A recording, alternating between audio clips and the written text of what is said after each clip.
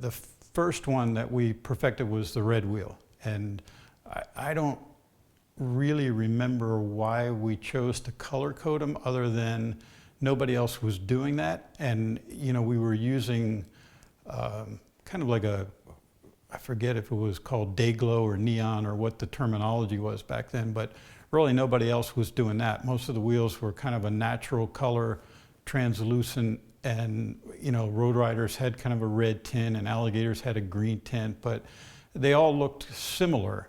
And we couldn't do that anyway because the way the formula was, the wheels came out milky or opaque.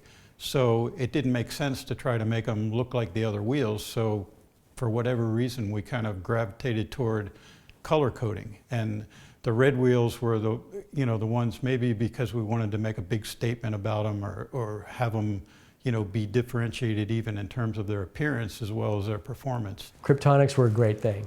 I wrote all the colors, all the durometers. Of course, I was a bowl guy, so the green ones were the best for me. The green wheel, the hard wheel, when we came out with that was something that was probably as much in keeping with the reasons that we did a neon red wheel, but also it made the wheels stand out in pictures in the magazines and stuff. If it was a neon green wheel at the time, you knew that these guys were riding Kryptos. So, that was probably thought out for that reason as much as just, what other color can we use besides red?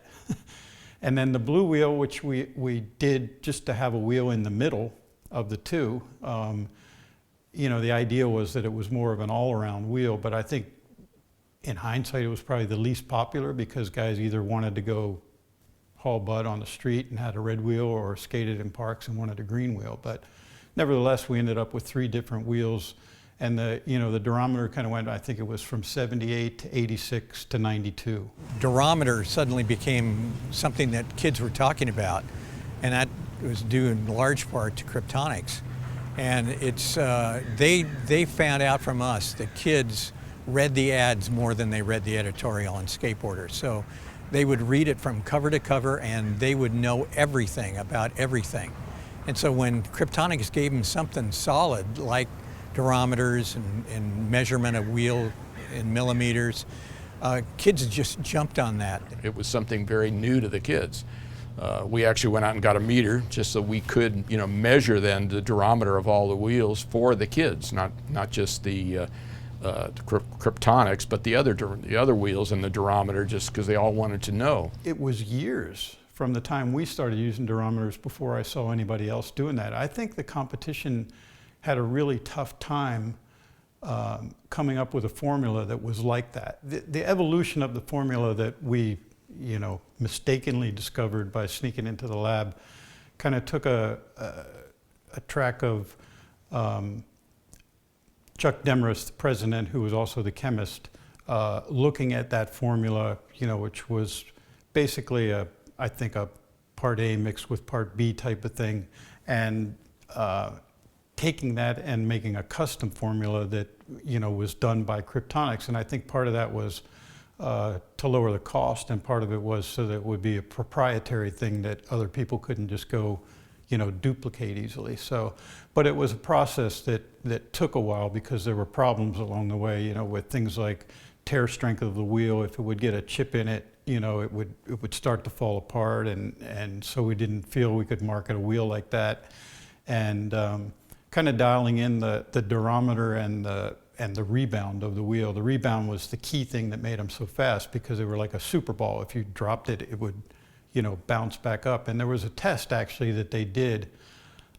I forget the name of the test, but anyway, they made whatever the formula was, they'd make a slab of it, and there was a metal stand with a ball, a steel ball, and you would drop it on it, and the stand had measurements on it, and the amount that it bounced up measured the rebound. So as a sort of a comparison, the standard urethanes that were out there, the rebound may have been 15% or something, and this wheel was probably 60 or more.